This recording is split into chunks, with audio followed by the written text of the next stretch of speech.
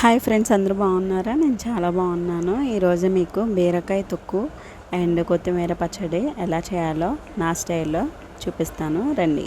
So ఫస్ట్గా బీరకాయలు మనం కర్రీ కోసం తీసుకుంటాం కదండి. సో బీరకాయలన్నీ కూడా ఈ నెలన్నీ తీసేయాలి పైన. సో తీసేసిన తర్వాత బీరకాయలు శుభ్రంగా వాష్ చేసుకొని పొట్టు మొత్తం జాగ్రత్తగా చెక్కు తీసుకోవాలండి. ఈ చెక్కు తీసేసుకున్న తర్వాత అందులో ఏమైనా ముదురు బీరకాయలు ఉన్నా సరే ఈ చట్నీలో వేసుకుంటే చాలా టేస్ట్గా ఉంటుంది.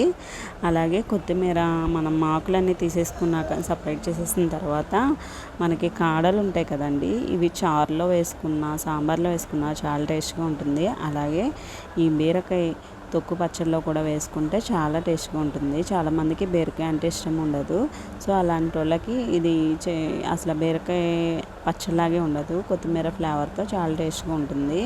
ఇవన్నీ కూడా మనం ఆయిల్ వేసుకొని ఒక 2 స్పూన్స్ అందులో వేయించుకొని మగ్గబెట్టుకోవాలండి. అలాగే కారంకి సరిపడా పచ్చిమిరపకాయలు ఒక 6, 7, 8 పచ్చిమిరపకాయలు తీసుకోవాలి. అలాగే ఒక 2, 3 టమాటాలు కూడా తీసుకోవాలి. కొంచెం చింతపండు, అలాగే 2, 3 వెల్లుల్లిపాయ రెబ్బలు కూడా తీసుకొని ఇవన్నీ బాగా మగ్గిన తర్వాత చల్లారిన తర్వాత మిక్సీ కొట్టాలి.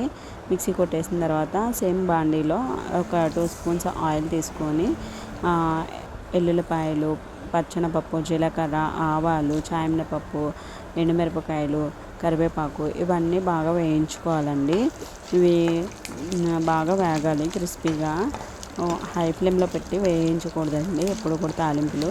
లో ఫ్లేమ్లోనే మనం వేయించుకుంటే అవి చాలా టేస్ట్గా ఉంటాయి. సో తర్వాత కొంచెం ఇంగువ కూడా యాడ్ చేసుకోవాలి. అప్పుడు పచ్చడికి చాలా టేస్ట్ వస్తుంది.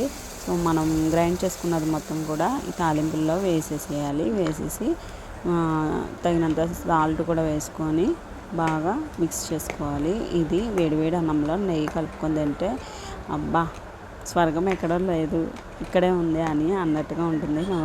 చాలా టేస్ట్గా అయితే ఉంటుంది. ఎంత అన్నమైనా సరే తెలియకుండానే తినేస్తాము. నాకైతే చాలా ఇష్టము. అలాగే ఇది దోశల్లోకి, ఇడ్లీలోకి కూడా చాలా బాగుంటుంది. మీరు కూడా ట్రై చేయండి. నా ఛానల్ కనుక మీకు నచ్చితే లైక్ చేయండి, కామెంట్ చేయండి, సబ్స్క్రైబ్ చేయండి. Thank you.